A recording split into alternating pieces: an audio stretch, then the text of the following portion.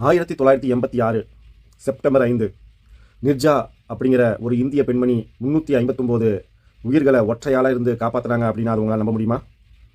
நம்பித்தான் ஆகணும். ஏன்னா இது உண்மையிலேயே நடந்த சம்பவம். வாங்க என்ன நடந்துச்சுங்கிறத ஒன்று பார்க்கலாம். 1986 செப்டம்பர் 5ஆம் தேதி மும்பையிலிருந்து கராச்சிக்கு புறப்பட்டது பேன் ஹேம் 73 அப்படிங்கிற அமெரிக்கா விமானம். கராச்சியில் இருக்கக்கூடிய சில பயணிகளை ஏற்றிக்கிட்டு அங்கிருந்து நியூயார்க்கு புறப்பட தயாராச்சு அந்த பேன் ஹேம் 73 விமானம். அந்த விமானத்தில் மொத்தம் 379 பயணிகள் இருந்தாங்க. ஐயா அவங்க எல்லாரும் அமெரிக்கா போக தயாராக இருந்தாங்க.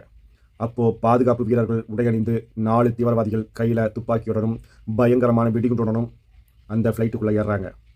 இதை தெரிஞ்சுக்கிட்ட நமது கதையின் நாயகி நிர்ஜா உடனடியாக இந்த ஃப்ளைட்டோட பைலட்டுக்கு ஒரு தகவலை தெரிவிக்கிறாங்க. அந்த தகவல் என்னென்னா, நம்ம ஃப்ளைட்டானது ஹைஜாக் பண்ணப்பட்டு விட்டது, உடனடியாக நீங்கள் தப்பிச்சு போயிருங்க அப்படிங்கிற அந்த ரகசிய தகவலை தெரிவிக்கிறாங்க. உடனடியாக இந்த தகவல் கிடைத்த உடனே அந்த ஃப்ளைட்டோடைய பைலட் வெளியேறாங்க, தப்பிச்சு போயிடுறாங்க. இப்போ அந்த ஃப்ளைட்டை பறக்க வைக்கிறதுக்கான எந்த ஆளும் அந்த ஃப்ளைட்டுக்குள்ளே இல்லை. இப்போ அந்த ஃப்ளைட் பறக்கலை, கராச்சி ஏர்போர்ட்லேயே நின்றுட்டுருக்கு.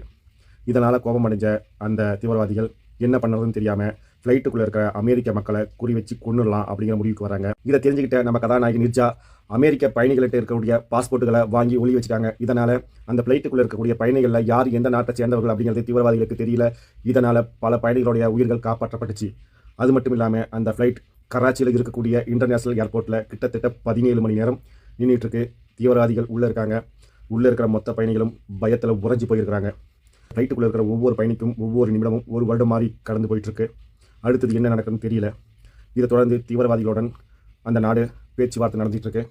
அந்த பேச்சுவார்த்தைகள் அனைத்தும் 17 மணி நேரம் தொடர்ந்து போயிட்டே இருக்குது. அவங்க பலவிதமான டிமாண்ட்களை வைக்கிறாங்க.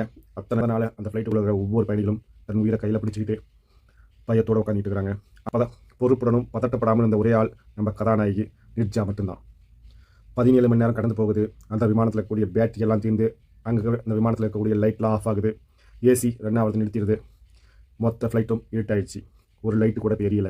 அந்த தீவிரவாதிகள் அரசாங்கத்துடன் நடத்திய பேச்சுவார்த்தையும் தோல்வி அடையுது. இதனால் கோபமடைந்த அந்த தீவிரவாதிகள் தாங்கள் கையோடு எடுத்துகிட்டு வந்த அந்த பாமை வெடிக்க செய்கிறாங்க.